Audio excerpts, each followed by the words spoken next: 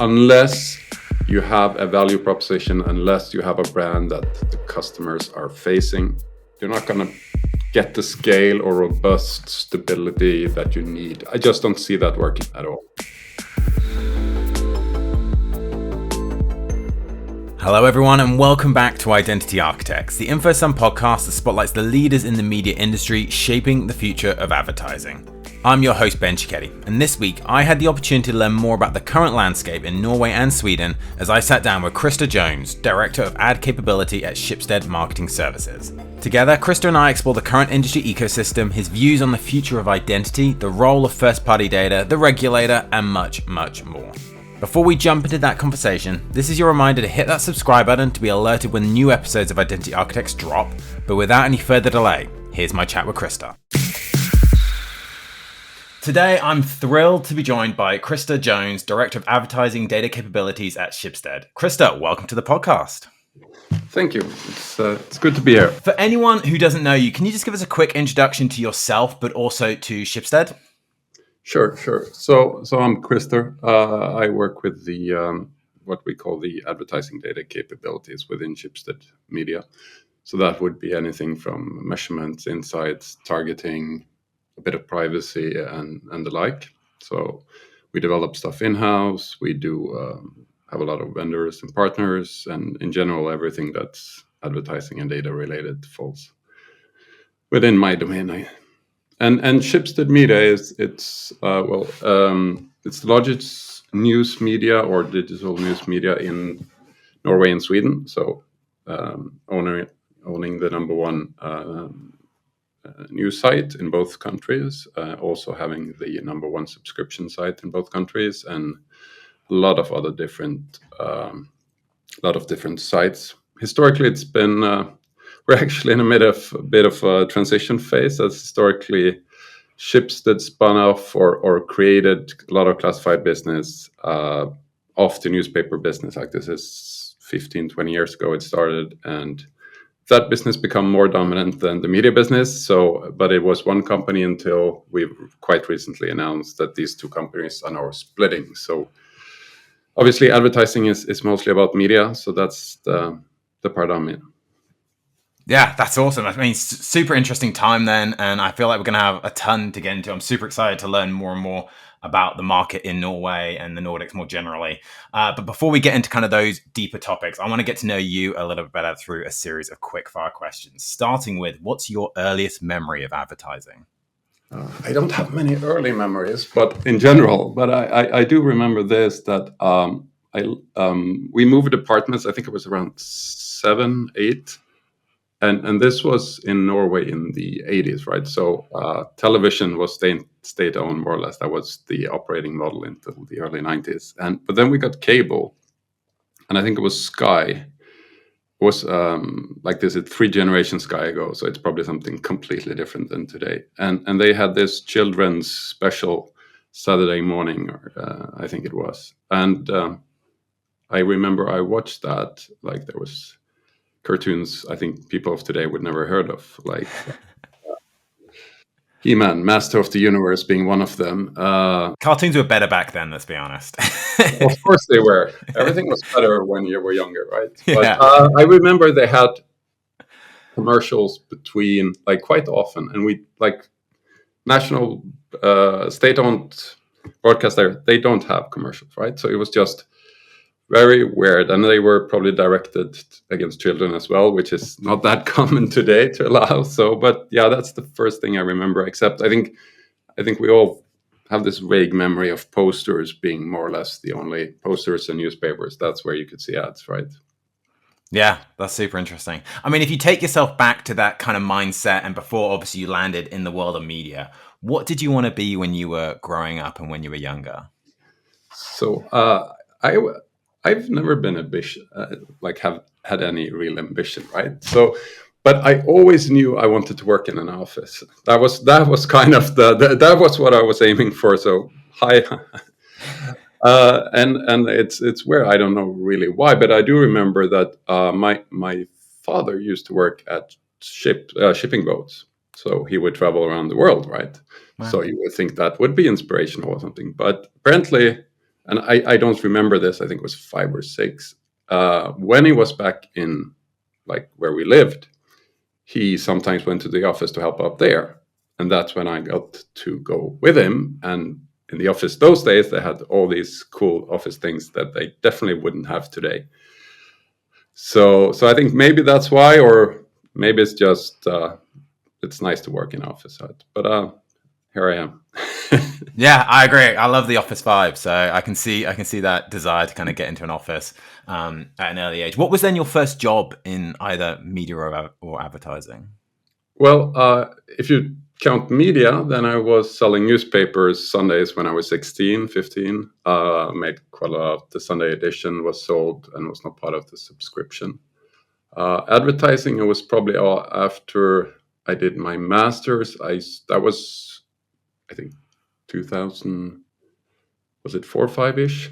And that was not like the best of times. So you all often looked at alternative options to the usual things people would do after business school. So I ended up with a search engine marketing, like really in the early days. I worked with that for quite a long time. I actually think I was among the first 100 Google AdWords professional in the world, or something like that. That was really the early days. So that was quite fun. But I think I always wanted to kind of work on the other side of the table, so the sell side. And if you work sell side in search, it's only Google, and then all the decisions are not made in Norway. So I guess that made that transition easy. Yeah, what do you think it was then about the advertising industry that drew you in? And I guess just as importantly, what kind of keeps you in it today? Yeah, I think the first one is it's drew me in. I think there is a lot of randomness to where you end up, right? Unless you have a very specific plan, then often and just go with the flow, do good stuff, and have fun. And so that's more or less how I ended up in media. I think what keeps me here is I like the sort of the chaotic nature of it, and all the changes and all of that. So and also, and this is perhaps my personality, I also like that. I mean, if you look at media is at a aggregate extremely important. Like it's a crucial part of democracy and civil society and so on. But if you look at all the little things we do every day, all the decisions we make, they don't really matter that much. Like it's not a big problem if you make mistakes, right? So you can rush off and do things very quickly and see what happens. And that really fits me, that way of working. Because if you work in aviation or in healthcare, you don't want to have that mindset, right? So I wouldn't be very suitable there. But I like that it's very dynamic and just changes all the time, and you have to try things and all of that. Yeah, I agree. I think you kind of got to embrace the chaos and embrace the constant change to kind of survive in our industry. But what advice would you give then to someone who's just starting out in the media and advertising industry? I think it's at least, well, it's probably always been like this, but at least in my time, I think it's, if you really need to, there's a lot, you need to both have, like, broaden your experience, like is it buy side, sell side, is it whatever, all of these to get experience. But you also have to know, to really succeed or to kind of master things, you have to drill into quite detailed things, right? My favorite example, and this is somewhat banal, but if you wanted to work with programmatic advertising and if you didn't understand or don't understand what cookie syncing is, how that works, and why it's important based on 30 years of technology development by a consortium formed sometimes in the US. Like, if you can't understand those details, sometimes you can't understand the bigger picture, right? Because then you wouldn't understand that when cookies go away, then, the entire business model built on this very fundamental small thing. So broaden your experiments and dig deep if you have time for both, which I think you have to. Yeah, I think that's great advice. And I guess, talking of digging deep and kind of having a deep understanding of what we do from an industry perspective, how would you describe what we do and what you do within media and advertising to, say, a 10-year-old? But I'm not even able to explain this to grown-ups, right? It's my wife had friends over, and I was going to try to explain, and it just fell through. But I think, I mean, for a 10-year-old, they're in school, right? So what we do at work isn't that different from what they do in school. You listen to people who hopefully know what they're talking about. Then you get in groups, you solve problems together, and you produce something at the end. And also you have to do your homework alone at times, because everyone has to sort of build the competence. So it's like school, but instead of getting grades, your company gets money. That's sort of the success criteria. Yeah, I think it's a good way to put it. What would you say it is that inspires you, right? We all, as you say, we all come to work every day. The slog can be tough at times. There can be amazing moments. There can be less amazing moments. But what keeps you inspired and motivated at work? So I think we actually covered that earlier as well, because I just need the change, like the sudden change of the frames you relate to, right? So I'm just really psyched up when something major happen, or we need to adapt to something, and then just figuring that out. And like I mentioned before, this our company is in this big split process, and a lot of things just opens up, and you have to rethink everything, and yeah. So change is it's inspiring in itself, right? Yeah, I agree. As I say, I feel like I'm the sort of personality that would get bored quite easily. So I love constant change, and I love having to adapt to new things. So I think it's a good mindset to have. Our last of the quickfire questions, and a personal favorite of mine, because I always think it gives me a little bit of a unique insight into an individual. If there was a song that was a soundtrack to your life, what would it be? So yeah, well, I would think, a soundtrack, you want that playing from the start, right? So I went back to you have to go back to the 70s, actually, because otherwise I couldn't play it when I was born. So I think Bohemian Rhapsody by Queen. Mm. So it's really long, which is good. So if you think about it as the soundtrack, you want it to be long, and it is long, and it goes through phases, and it's quite chaotic at times.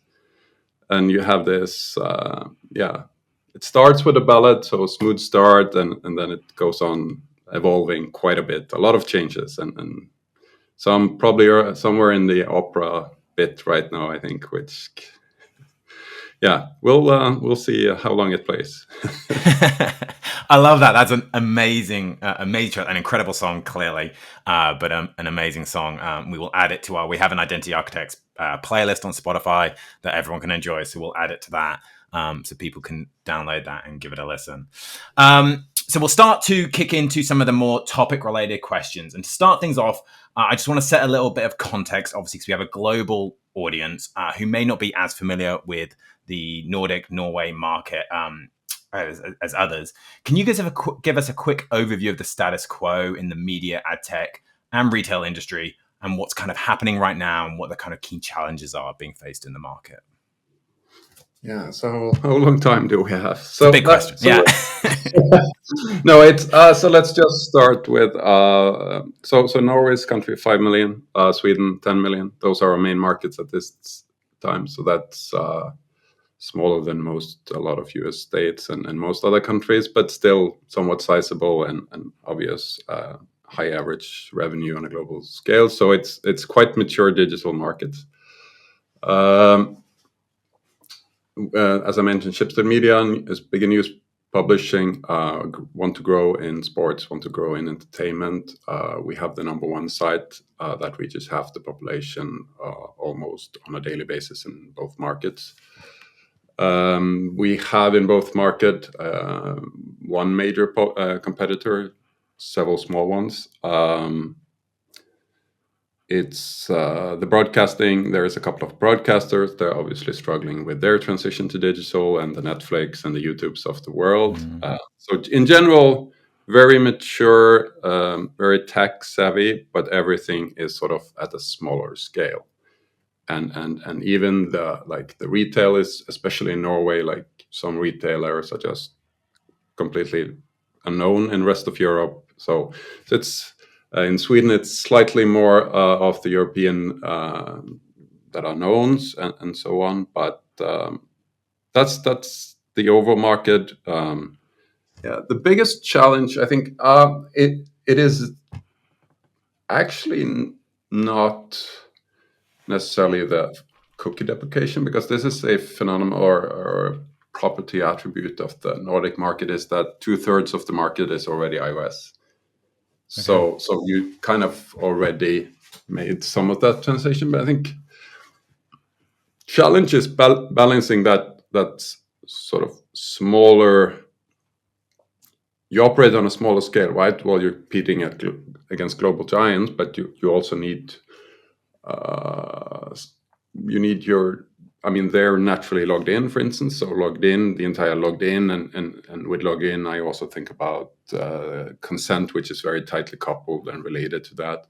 Because if you log in and there is no consent, you're basically not logged in. So having like good data to be able to create those kind of products that can give the same effect to advertisers as what you see on social media is sort of the big challenge. I think we have some additional qualities that we can also play on. So it's not only it's not gloom in that way, but that's kind of the big issue, and thinking about forward, which also would solve the remaining issues with Chrome and deprecation, if you can kind of solve how to fix logged in. Yeah. And you mentioned obviously the cookie deprecation, which clearly comes up a lot at any industry event and a lot in our podcasts. With the deprecation of third-party cookies, many people are looking to alternative identity solutions. What's your view on those alternative ID solutions? Yeah, I have a quite clear view on that, and you can just. I think, in summary, so what I believe, and I believe this really strongly in a European perspective. So things might be different in the US and different in Asia, but unless you have a value proposition, unless you have a brand that the customers are facing, you're not going to get the scale or robust stability that you need. I just don't see that working at all. So I think, I think one interesting. It's not an exception because it sort of verifies the rule. This rule is I think Utique is a fairly interesting approach with their mobile identifiers. They might not succeed. Telco has a quite mixed track records when it comes to advertising, but I think at least they're facing the customer. They know their telco, they know their apps, and so on. So they might be an exception. Other than that, I just don't see them succeeding in any way.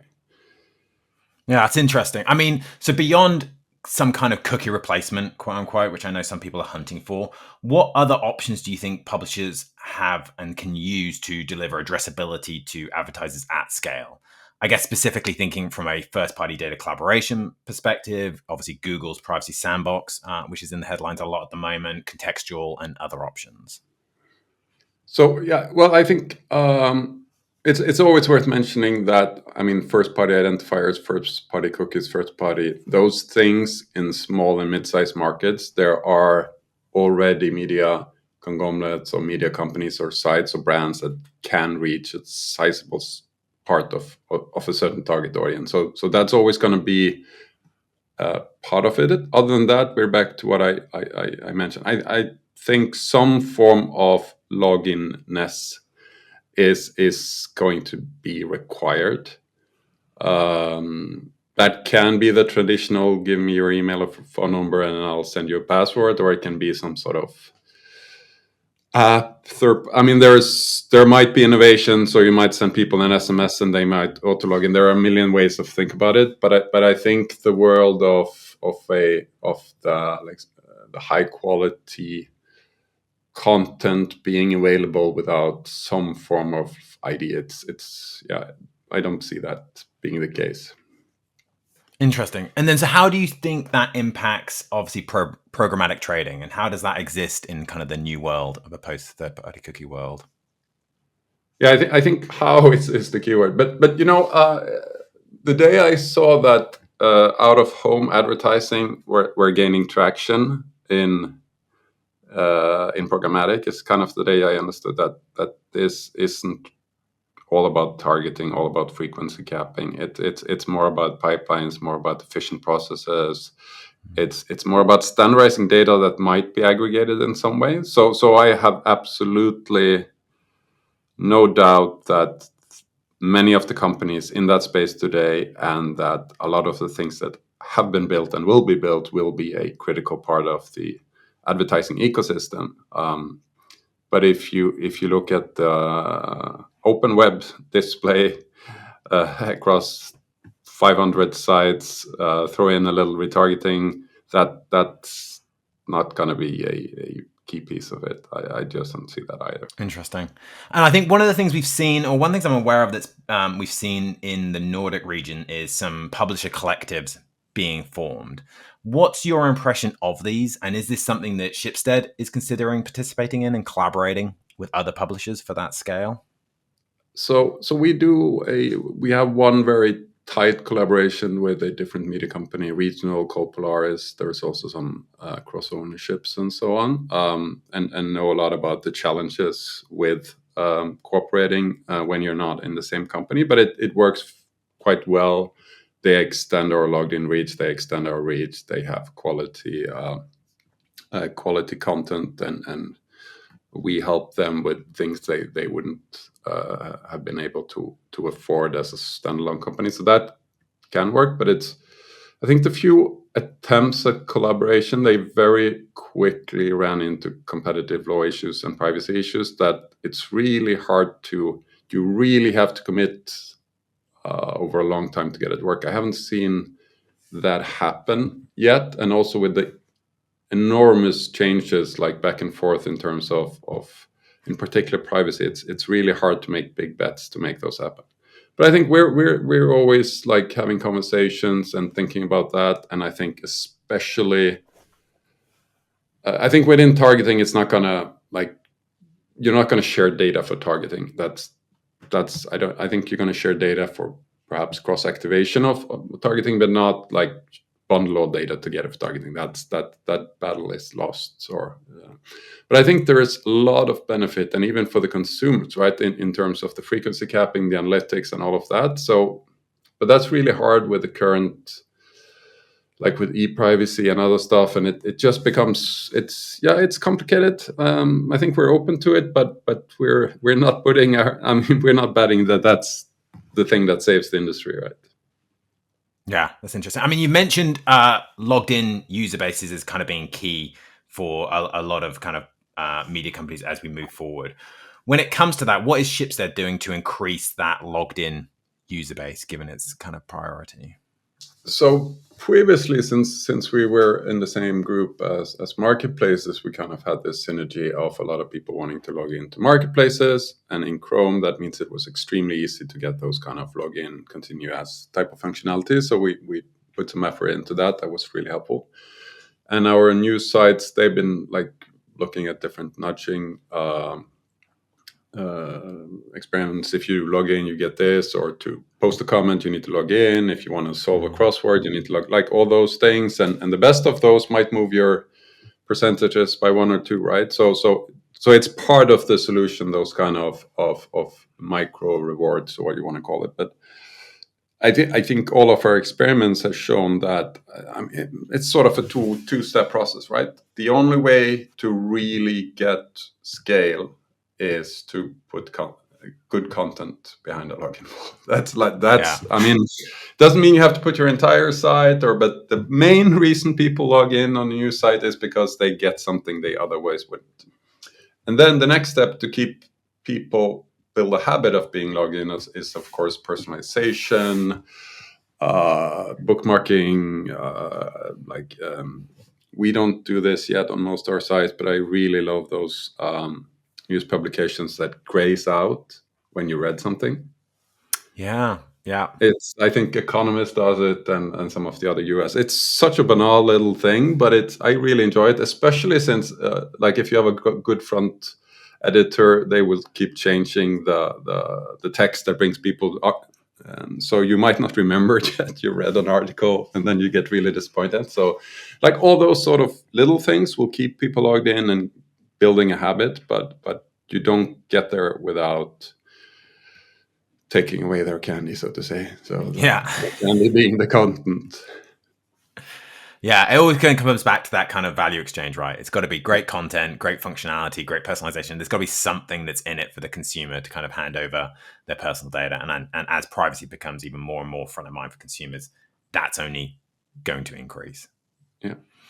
And then as far as privacy concerned, and obviously the regulators in Norway and in Sweden, how are they viewing the use of first-party data to deliver those better services to consumers and also to advertisers?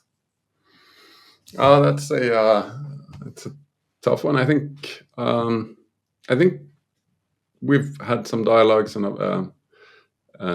also observed their viewpoints. I mean, the Norwegian EPA has taken a quite strong stance against particular Facebook, but and we also had conversations with them, and our competitor in Sweden has had a conversation with their DPA. So they're like most DPAs, perhaps not more skeptical than we feel they should be, but we do get some acceptance of basically the value exchange. I think it's just there's still more talking and dialogue, I think, and yeah, it's also difficult because the way a lot of like Facebooks and Googles of the world, they kind of when people think about perhaps these data collection and personalized ad, and they think about these global giants collecting data from everywhere, especially like it's been better after GDPR and it's better after the rise of Apple. But you could have data collected across the web, right, across a lot of different things that you didn't even know about. And if that's kind of what you're thinking about, we understand the skepticism. But living in a digital age and coming into a newspaper, and the fact that it's just part of a product that you can then, after a few page views, actually recommend something else, right? Or target something that resembles what you looked at. It just feels very natural to us, and we feel that isn't quite the accepted point of view from the relevant authorities. Yeah, that is interesting. I think one of the interesting topics we've seen take front stage, especially here in the UK and in the US over the last year or so, it has been retail media, which has just been such a hot topic. What are the expectations in kind of the Nordics, and what's the kind of traditional role or the role of traditional players such as publishers in a new ecosystem where suddenly retailers are playing a more pivotal role? So I think the bus is getting here as well, and as always, when bus moves around, definitions get expanded and expanded. So in the end, not everyone are talking about the same thing, and I think I believe in different kinds of retail media, but you also, if you look at the growth rate and if you look at the revenue, a lot of the revenue and the revenue growth in the US is, and I guess UK as well, is search ads on Amazon. So that's basically so the scale isn't always at the level people think, but I think trade marketing and the kind of money that retailers have gotten to put other people's product at the right place and all of that's an enormous budget. So and that's going to change as we move digital. So it's a big space, but what we've seen, Amazon is in Sweden. They're doing their traditional things there at small scale for now, but still growing, of course. You see quite a few of the local digital retailers. They're experimenting very, very small scale. I think the first opportunity or the first retail media-ish offering that is maturing most is grocery retail, and then mostly, or the part we see is the offsite, right? Yeah. So when it's that's going to be not an enormous market, but we think it's going to be significant. We're in talks with all of them, doing a lot of experiments, activation, analytics, trying to figure a model, but it's a very long process because it's like multi-layer, right? First, you need your consents in some form, then you need your data and legal part, the tech part. That's not necessarily complicated, but it still takes time, and then you have to figure out what kind of data is actually valuable. Yeah. And will the advertiser in the end pay for it? And will they understand it? It's sort of, you have to go through all of these steps. And there's like 3 steps forward, 2 steps back, and so it goes. But we do see the interest, and I really think the grocery retails with their enormous loyalty programs, it's gonna be a part of a lot of brands' marketing mix, and we hopefully are going to be a part of that revenue stream as well. Yeah, sounds exciting. It sounds like kind of a watch this space moment where it's coming and it's going to be exciting when it gets here. Is there anything we haven't touched on that you would want to mention before we kind of close things off? No, I think we covered logged in, which is critical, right? And we covered the cookie deprecation, not in detail, which is good because it's getting a bit tiresome. No, and for retail, I think, I'm just... I really like, and this is looking back to the identifiers. I really like loyalty part, the loyalty program, and how they will play. I think that's really interesting. And as I mentioned, the grocery retailers are obvious. Then you have travel, which is very data rich. Yeah, need to figure out the model to work here. And then every retailer, like every restaurant, they all collect data now, so they just need the infrastructure, and some of them are going to be useful for the advertisers. So that space, super interesting. Everything that happens around loyalty, even if it's just a McDonald's app, it's going to influence us. Yeah, I agree. I think there's so many other data-rich areas out there that haven't, obviously retail media gets a lot of attention right now, but we talk about it in InfoSum with this idea. There's lots of different industries that could go down the media network, quote unquote, route. Travel, you mentioned, gaming is obviously just it's the largest entertainment industry in the world right now. Financial services, banking obviously have a lot of data, obviously a lot of regulation around that and how you use that data, but it's all super fascinating to me. And I think there's just kind of endless opportunities for those brands to start acting like media companies and putting that data to use in the ways that you kind of outlined. I appreciate so much all your insight on this podcast. It's been great to kind of dig into the market a little bit more. Obviously, what this podcast aims to do is shine a spotlight on incredible pioneers such as yourself who are shaping the future of data-driven advertising. So when you look to people that you admire in the industry and within your network, who would you nominate for us to interview on an upcoming episode? Yeah, I think to your credit, you had quite a lot of people in here already that I really enjoy both talking to or listening to. Like I think Alex Cohn was here a little back and so on. So that's. But I think one of the companies that I like and one of the person I'm sometimes meet is Jochen Schlosser. Sorry, my German's not amazing, but he's the CTO of Adform. I mean, working in the DSP space, it's a tough game, and that's a really tough company that has to make a lot of tough priorities and fight a lot of fights to go up against the big ones. So that would be my name. Yeah, that's awesome. We'll definitely reach out to them. Look, thank you so much for being on the podcast. As I say, I always find it fascinating. One of the joys I get to experience from doing this podcast is getting to know, obviously, new people, pioneers in our industry, but also getting to understand different regions in a more detailed level. So I just appreciate you being on the podcast so much. Thank you for joining us. Thank you for having me. It was great fun.